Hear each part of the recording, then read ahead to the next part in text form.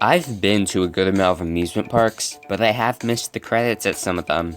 Either the ride's closed, broken down, or I'm just too tall to ride. But today, we are going to be talking about my top 5 coaster closures that I've experienced. But first, let's talk about some honorable mentions that I did end up getting a chance to ride. Con at Six Flags Discovery Kingdom. This is a Vekoma SOC that I did not get the chance to ride back in 2018, but on my visit in 2019, I was able to snag a ride on it. I didn't find this SLC as rough as Mind Eraser at Elitch Gardens, and I actually had some fun on it. Even though I had fun, this is still an honorable mention.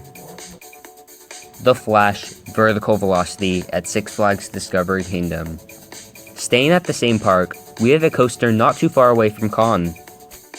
This recently rethemed coaster is very unique and interesting. This is an Intamin impulse coaster that originally opened with a vertical spike. Due to height regulations, they had to cut down that spike and make it into this very unique coaster. Just like Con, it was closed on my trip in 2018.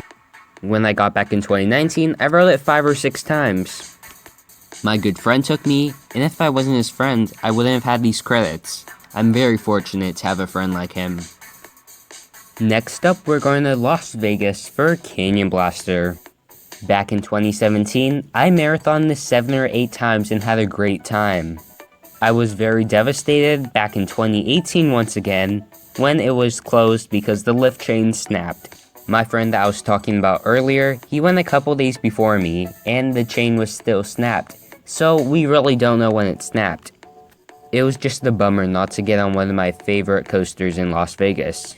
And here we go, starting the top 5 with number 5, Harley Quinn Crazy Coaster. This one-of-a-kind Skywarp was closed both on my trips in 2018 and 2019. I haven't heard any positive things about this coaster, even if you call it a coaster, but it would still be nice to get in one of these and experience it for myself. Number 4, Jetstar 2 at Lagoon. This June when I visited Lagoon, Jetstar 2 was the only coaster closed due to social distancing guidelines. It really could have been open if they wanted it open, but obviously they don't care that much. I've heard nothing but good things about it, and I love how it gets so close to the ground. I did ride Colossus, which also got close to the ground, so I'm gonna assume it's a similar experience. Overall, I'll be back when Primordial opens, so it's not that big of a deal. Number 3, Twister 2, Elitch Gardens. I know a lot of people say that Sidewinder is the best coaster at this park, and I did get the chance to ride that. It's just, I didn't like it that much.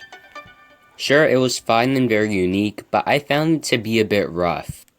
I know that Twister 2 is probably as rough, if not even rougher, but I love wooden coasters no matter how rough they are, so I assume I'll love this one just as much.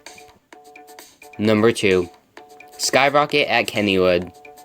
When I visited Kennywood in July of 2019, I knew Skyrocket was going to be closed. It was closed almost a year prior, and I didn't have the feeling that it was going to magically open on the day I was there. It was only a few days before the opening of Steel Curtain, and I didn't feel like they were going to open Skyrocket before they opened Steel Curtain. Hopefully one day I can get back to West Mifflin so I can experience this coaster for myself. Number 1, Desperado, Buffalo Bills Hotel and Casino. On the expand from 2017 through 2020, I've driven past this at least 8 times, and none of the times it's been running. The closest I've got to actually riding this is riding the log ride. They told me it was going to be open, and it wasn't. I've called the casino multiple times, and they've told me that it operates every day, which I know that isn't the case, so I don't know what they're talking about. I know this thing is pretty rough, and it can leave you bruised, but this thing is huge, and being one of the first things you see when you cross the California border into Nevada, that's crazy. Where else would you see a coaster operating at a hotel that close to a border? But that's all for today.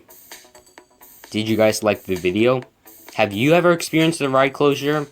If so, what coaster was it? Comment below. Thank you guys so much for watching, and I'll see you all on the next ride.